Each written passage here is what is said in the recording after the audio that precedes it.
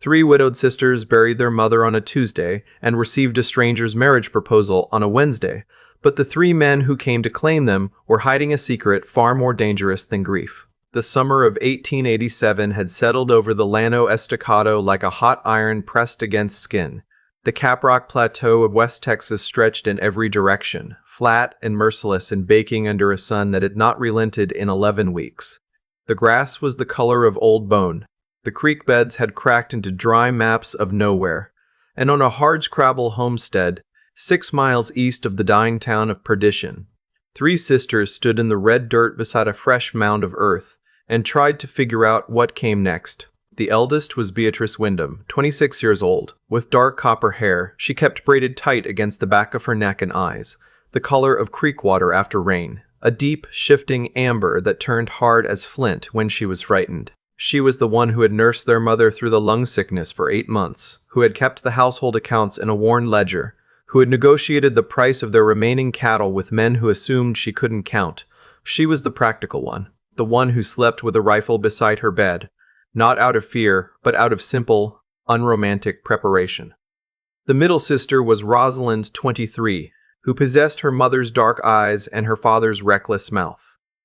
She could break a horse, mend a fence, and start an argument in an empty room. She had driven their wagon 40 miles alone to sell a load of dried corn when she was 19, out drinking and out talking every trader at the Junction Market, and come home with twice what their father had expected.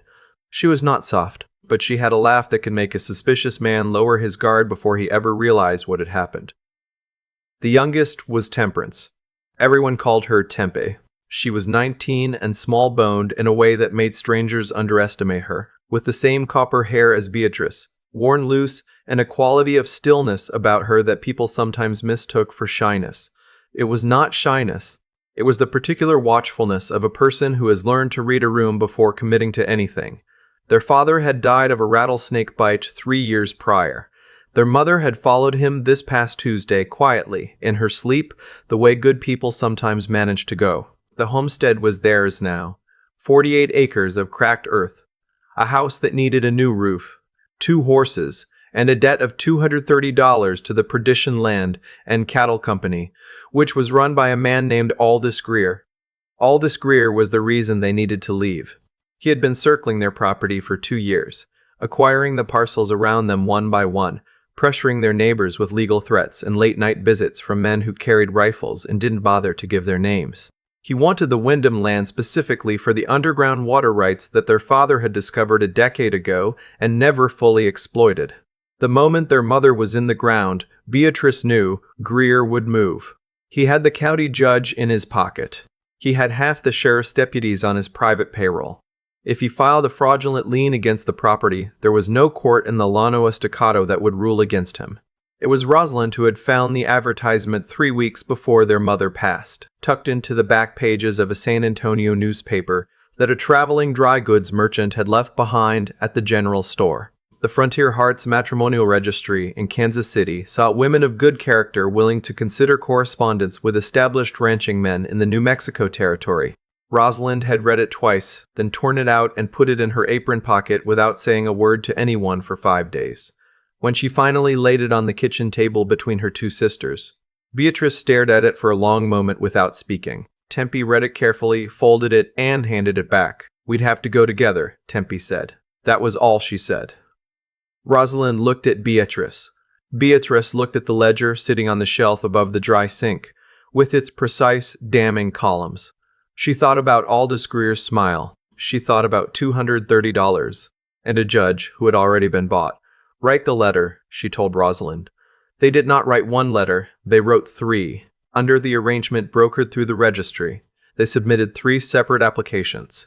Beatrice as a widow experienced in livestock management, Rosalind as a capable ranch hand and horsewoman, Tempe as a schooled young woman with bookkeeping skills, all listing the same county as their origin, all requesting placement in the same territory. The registry woman, a Mrs. Pollock, was a business-like widow in Kansas City, who asked no unnecessary questions, provided the paperwork fees were paid in full. The Wyndham sisters paid her in coin they had scraped from 3 separate hiding places around the homestead, including their mother's sewing box. The responses came within a month. Three men from Colfax County, New Mexico. Three separate names. Three separate profiles that promised solid cattle operations and a genuine desire for companionship rather than merely a housekeeper with legal standing. They were to present themselves at the stage depot in Cimarron on the 14th of August. The sisters packed what they could carry. They did not tell Aldous Greer they were leaving. They sold the 2 horses to their neighbor, Mrs. Puckett, for a fair price with a handshake and a promise. They left before dawn on a Thursday, catching the eastbound stage to Amarillo and then a long grinding route northwest toward New Mexico, carrying between them 1 large trunk, 2 traveling bags, and a secret Beatrice had not yet told her sisters. The stage rolled into Cimarron on the afternoon of the 14th under a white-hot sky. The town was smaller than Beatrice had expected, a main street of adobe and weathered timber, a hotel, a saloon, a land office, and a courthouse that looked newer than everything around it. The mountains to the west were a revelation after the flat plain of West Texas, their blue shape so enormous and close that Rosalind pressed her face briefly against the stage window like a child. 3 men were waiting at the depot. Beatrice saw them before she stepped down, standing apart from the small crowd of onlookers, grouped loosely together in a way that suggested they knew each other, but were making a conscious effort not to stand too close. The first man was built like a door frame, broad across the shoulders, with a dark beard and the kind of hands that come from years of working against something that resists. He was perhaps 30, with watchful brown eyes and a quality of absolute stillness that reminded Beatrice unsettlingly of herself. His name, according to the registry correspondence, was Edmund Cole. The second man was leaner, with sun-dark-skinned and a restless quality, the kind of man whose eyes are always tracking the exits. He had a jaw that suggested stubbornness and a mouth that suggested he knew when to keep it closed, which Rosalind immediately registered as a point in his favor. He was listed as Warren Cole. The third man stood slightly behind the other 2. Taller than both, with sandy hair worn too long and a quality of careful, contained energy, like a man who had learned to take up less space than he naturally occupied. He was younger than the other 2 by several years, perhaps 24, and his eyes, when Beatrice made contact with them crossing the depot yard, were a pale, striking gray that did not look away. He was listed as Henry Marsh. Beatrice descended the stage steps and looked at the 3 men. She had sufficient experience with livestock to know that animals who travel together, sleep together, and move with unconscious synchronicity do not do so because they are politely acquainted. She recognized brothers before the first word was spoken. The broad one, Edmund, stepped forward. He swept his hat off with a motion that was courteous rather than theatrical, and looked at the 3 women standing together in the dust and the heat with exactly the expression Beatrice had anticipated. He saw the matching copper hair. He saw the identical amber eyes. He saw the way the youngest one's hand had drifted almost imperceptibly toward the eldest one's arm. "So," Edmund said, "there appears to have been a misunderstanding." "Or a plan," Rosalind said pleasantly, "depending on how you look at it." The silence that followed was the kind that has weight. Warren's eyes moved from Rosalind to the mountains and back again in what appeared to be a rapid private calculation. Young Henry had not taken his eyes off Tempe, who had not looked at him at all, which Edmund noticed and filed away without expression. "We are sisters," Beatrice said, before anyone could speak. "My name is Beatrice Wyndham. These are my sisters, Rosalind and Temperance. We arranged to be placed at the same location through the registry. Mrs. Pollock was not aware of our relation." Edmund turned his hat in his hands. "That is one word for it. We had reasons for staying together," Beatrice continued. "Serious reasons." She paused, reading his face. "If that is insufficient for your purposes, I understand. I would ask only that you extend us 1 night at the hotel and allow us to arrange return passage tomorrow." Edmund looked at his brothers. Warren was watching Rosalind, who was watching the mountains. Henry was watching Tempe, who had crouched down to inspect something in the dirt near the stage wheel with the focused attention of someone who needed a moment to collect herself. Edmund set his hat back on his head. "The hotel is the yellow building on the far end of the street," he said. "My brothers and I will call on you at 6 o'clock for supper. We can discuss the situation then." It was not enthusiasm, but it was not refusal. Beatrice recognized the difference. The Cole Ranch was a 2-hour ride north of Cimarron, up into the foothills of the Cimarron Range where the elevation dropped the temperature 10 degrees and the grass grew thick and actual green. The operation was substantial. more than Beatrice had allowed herself to expect from the registry's careful language. There were 300 head of cattle, 4 working cowboys, a solid stone ranch house that had been built to last, and an array of outbuildings that spoke to serious, consistent investment. What the ranch house lacked was any evidence that a woman had ever lived in it. The Cole brothers, it emerged over supper at the hotel that evening, were not the established ranching men the registry correspondents had suggested. They were something more complicated. Edmund, the eldest, had built the Cimarron operation from the proceeds of a cattle drive he had completed at 22, with money borrowed from a man he no longer owed. Warren had ridden with him from the start. Henry had joined them 3 years ago from the east, where he had been studying at a college in Ohio, before circumstances had altered his plans in a way he did not explain in detail. What they did not say over supper was sufficient to tell Beatrice that there was a counterweight to the situation she had not yet been shown.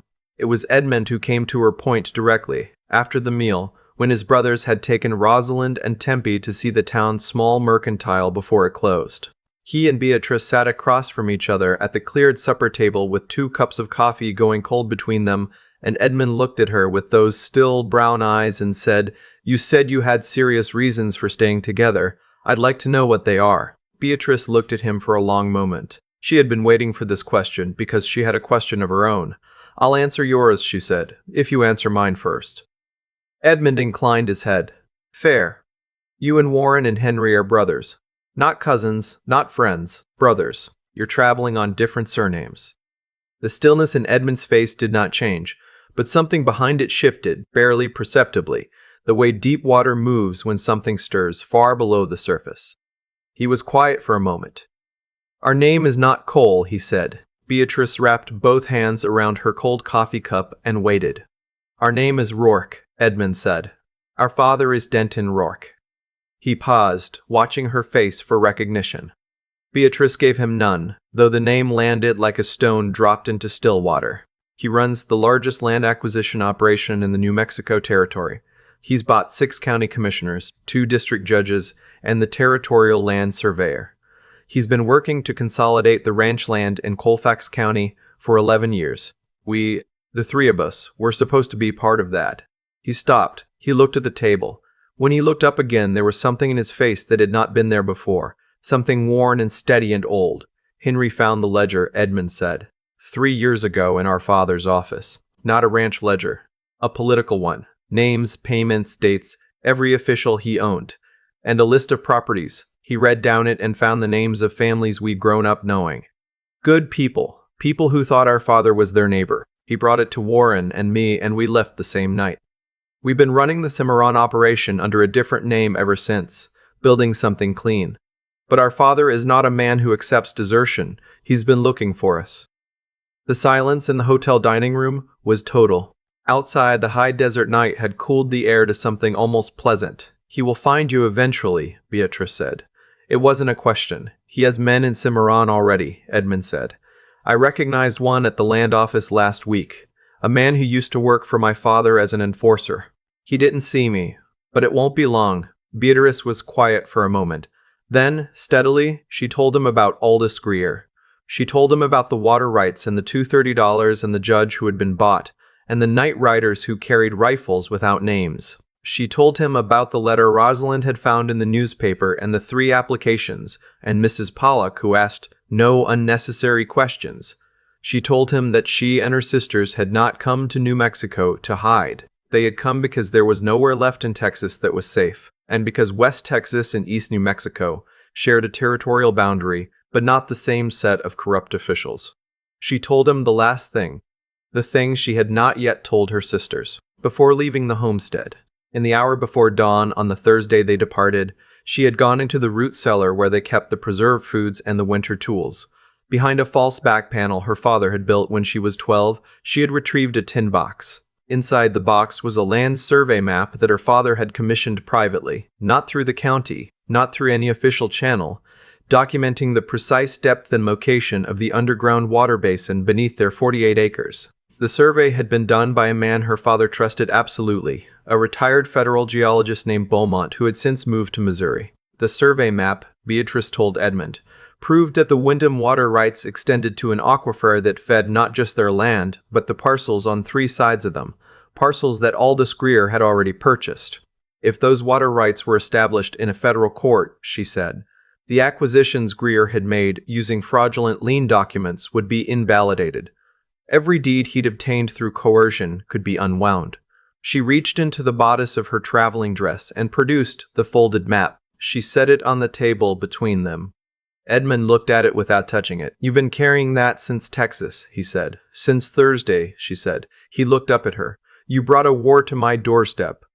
You brought one to mine first, she said. I'd say we're even. Something happened in Edmund Cole's, Edmund Rourke's, face that was not quite a smile, but occupied the same general territory. He picked up the survey map with both hands and studied it for a long time. The days that followed the truth-telling transformed the Cole Ranch from a quiet, efficiently run cattle operation into something resembling a fortified settlement. The threat of Denton Rourke was immediate. The threat of Aldous Greer was delayed by geography, but no less real. Both men, Edmund said, operated according to the same fundamental logic. Find the weakness, apply pressure to it, and wait. The Cole brothers, it turned out, were disinclined to wait. Edmund began spending his mornings riding the perimeter of the property with Warren, mapping the approaches, identifying the high ground. He spent his afternoons rebuilding the ranch house's defensive position in ways that looked like ordinary repair, reinforcing the shutters, clearing the sight lines from the windows, moving the grain stores to the most protected outbuilding. He did all of this without drama and without apparent urgency, and Beatrice, who recognized this operating style as her own, found herself working alongside him with a naturalness that startled her. She took over the ranch accounts within a week, not because anyone asked her to, but because she found the ledger on the kitchen table one evening, and the entries for the previous quarter were organized in a way that was functional but not efficient, and she could not help herself. Edmund came in the next morning to find her cross-referencing it against the cattle tallies with a cup of tea cooling beside her, and he stood in the doorway for a moment before pouring his own coffee and sitting down across from her without a word, which she took for permission. They worked in silence for 2 hours. It was comfortable silence, the kind that takes years to build between most people, and that had arrived between them fully formed, which Beatrice found more unnerving than his actual opinions. In the main room of the ranch house, Warren and Rosalind were engaged in their own form of negotiation, which was louder. Rosalind had expressed interest in working with the cattle, which Warren found professionally credible based on her demonstrated knowledge, but personally inconvenient because it meant he could not manage the herd without also managing a running argument about method. They disagreed about nearly everything: the timing of the northern pasture rotation, the handling of the quarter horses, the correct way to approach a fence line repair. And they disagreed about it constantly and at volume, and the ranch hands had taken to making quiet bets on the outcomes. But when Rosalind's horse spooked at a diamondback on the eastern trail on the 4th day, and she nearly went over the edge of the arroyo drop, Warren's horse was alongside hers before she had time to register what was happening, his hand on her reins, his body blocking the path to the drop with a completeness that was not calculated but instinctive. She said nothing about it afterward. He said nothing about it either, but she stopped arguing with him quite so hard for the rest of that afternoon, which was the closest thing to a peace offering either of them was capable of making. Henry and Tempe found each other more quietly. Henry had a habit of reading in the evenings on the porch that ran along the south side of the ranch house, working through a stack of worn books he kept in a wooden crate in his room. Tempe began appearing on the porch in the evenings too, initially at the far end with her own mending, gradually at the shared small table between them, until one night Henry simply offered her the book he had just finished without explanation, and she accepted it without asking what it was about. He watched her read the first page with the particular attention of someone who is trying not to be caught watching, and when she looked up and caught him anyway, she did not look away, and neither did he. And the space between them settled into something that neither of them had words for yet, but that both of them recognized. It was Warren who saw the riders first. 9 days after the Wyndham sisters arrived, he was coming back from the north pasture at dusk when he spotted the dust on the southern trail, not the road into Cimarron, but the back approach that ran along the base of the canyon wall. 3 horses, moving at a ground-covering trot that was not the pace of casual travelers. He came in hard and fast and found Edmund in the barn. 3 coming up the canyon trail. Warren said. Armed. Riding like they know exactly where they're going. Edmund didn't ask how he knew. You sure they're fathers? Man in front is wearing a gray duster with the left collar folded under, Warren said. That's Kimball Subs. We grew up watching that man work. Edmund was quiet for 3 seconds. Then he went to find Beatrice. She was in the kitchen with Rosalind, and the look on his face when he came through the door told her everything before he said a word. She was already moving toward the rifle above the hearth when he said, 3 riders, men my father sent. They'll be here in 20 minutes. Rosalind had gone still in the way she went, still before committing to a decision. Tempe appeared in the doorway from the back hall, reading Henry's face with the particular accuracy of a person who has had 19 years of practice reading people who are trying to control their expression. Not the cellar, Tempe said, before anyone suggested it. Beatrice looked at her youngest sister. No, she agreed, not the cellar. Edmund looked at the 3 women. Rosalind was already checking the second rifle, her movements matter-of-fact and competent in a way that made Warren exhale something that might have been relief. Tempe had retrieved the small derringer from her traveling bag without anyone asking, and was checking its chamber with the composed practicality of someone who had done this before. Edmund turned to his brothers. Barricade the south windows. Henry, take the loft. Then he looked back at Beatrice and said nothing, because nothing needed to be said. The riders came in at full dark. There was no theatrical announcement, no demand to surrender. Kimball Subs operated with the professional economy of a man who had done this before and found it tedious. The first shot came from the tree line southeast of the barn, aimed not at the house, but at the light in the kitchen window, extinguishing it. A signal. An invitation to panic. The Rourke brothers did not panic. The next 20 minutes were the loudest, most compressed, and most terrifying of Beatrice Wyndham's life. And she had spent the last 3 years of her life managing a slow-motion financial crisis, with her mother dying in the next room. The south window shutter blew apart from a rifle shot, showering her and Edmund with splinters. She reloaded for him without being asked, her hand steady, the mechanics of it occupying some calm and necessary part of her mind, while the rest of her brain processed the volume and the smoke and the smell of the powder.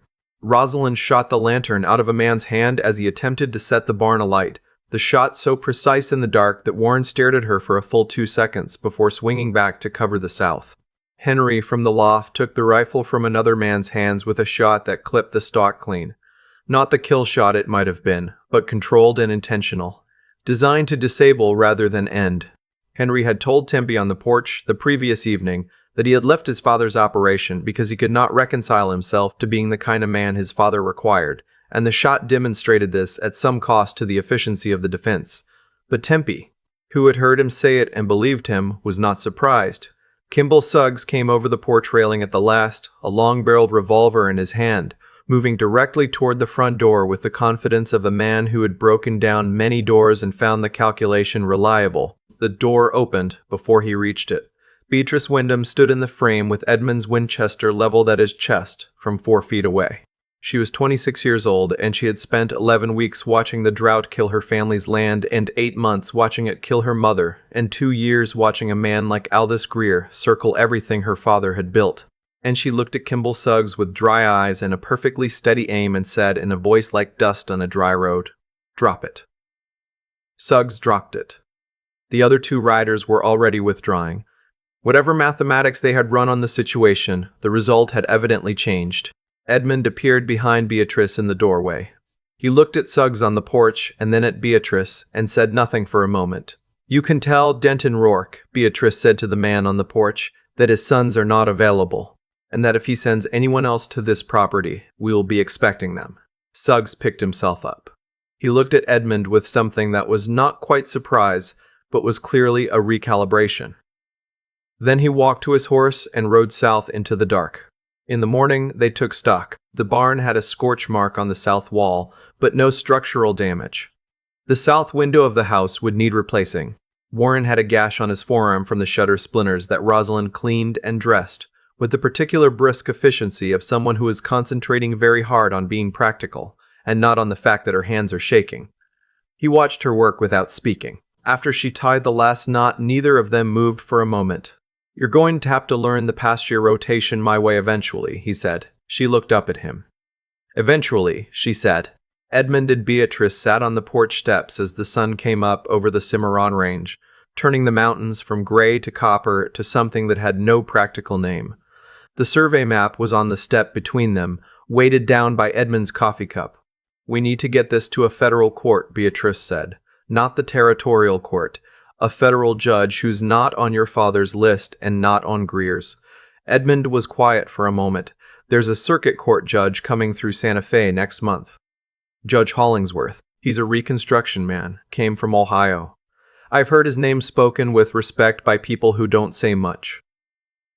Beatrice looked at the mountains. "If we can establish the water rights in federal court, the Greer acquisitions collapse. And if we bring your father's ledger to the same proceeding." Edmund turned to look at her. "You know what I'm carrying," she said. "I know what you're carrying. We have two separate cases that become one very significant case if we walk into that courthouse together." The silence between them was not the comfortable working silence of the accounts ledger. This was something else. Something with more weight and more possibility and more genuine uncertainty. Edmund said, "That would require us to trust each other entirely." "Yes," Beatrice said. "It would." The ride to Santa Fe took 3 days. All 6 of them went.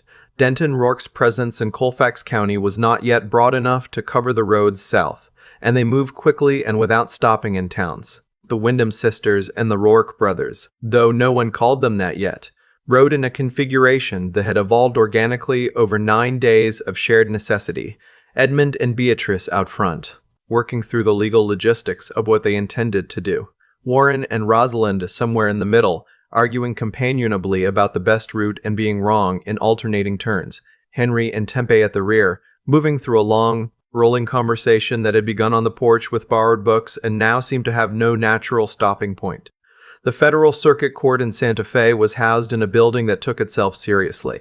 Gentry Adolphus Hollingsworth was a compact, precise man with silver-rimmed spectacles, and the manner of someone who had spent 30 years listening to people lie to him and had developed considerable skill at identifying the exceptions. He looked at what they laid before him. Beatrice's Federal Geological Survey map, independently commissioned and therefore outside the reach of the county land office Greer had corrupted.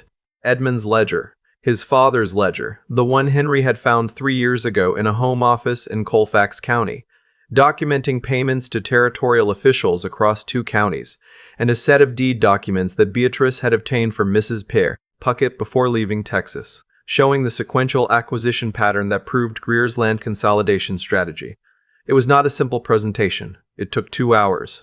Judge Hollingsworth asked questions that were quiet and extremely specific, and both Beatrice and Edmund answered them without embellishment or deflection, which the judge appeared to find notable.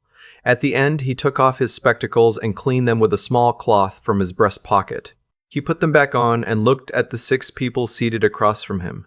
"The Geological Survey will need to be independently verified by a federal land office inspector," he said. "That will take 6 weeks. In the meantime, I am issuing a temporary injunction against further land transfers in the relevant Hudspeth County parcels, pending that review. As for the ledger," he paused, looking at Edmund with an expression that managed to convey, simultaneously, legal gravity and something resembling human understanding. "I will require a formal deposition from the individual who obtained it and can attest to its provenance." "That's me," Henry said, from the end of the table. Judge Hollingsworth looked at him for a moment. "Yes," he said, "I expect it is."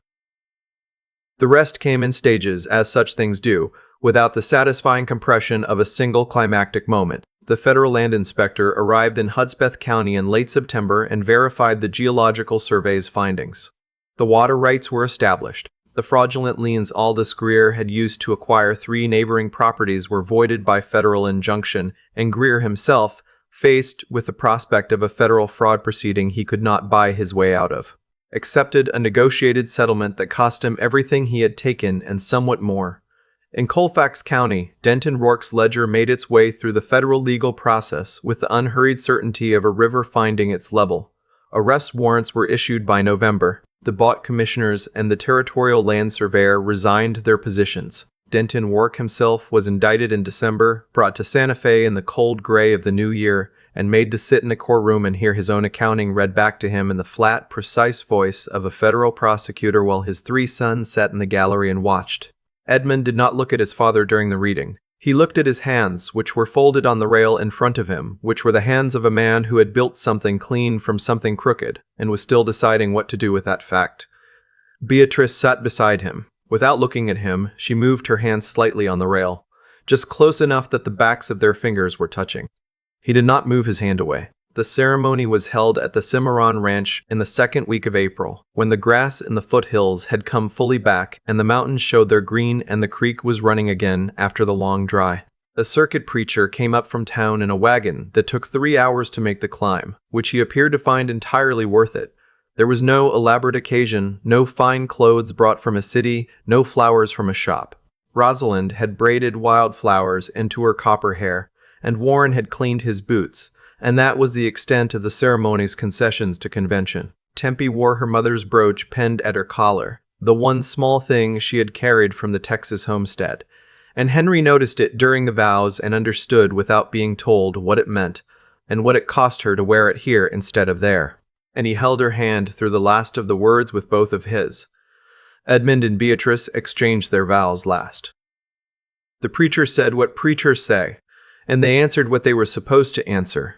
And when it was done, Edmund looked at her with those steady brown eyes, and Beatrice looked back at him with hers, and neither of them said anything further, because the accounting between them was already settled and balanced, and the ledger was clean. The Cimarron Range turned gold in the afternoon light. The creek ran cold and clear over the red stones. The 6 of them sat together on the porch as the sun went down over the mountains, and the high desert quiet settled around them like something that had been waiting patiently for a very long time to be allowed back in.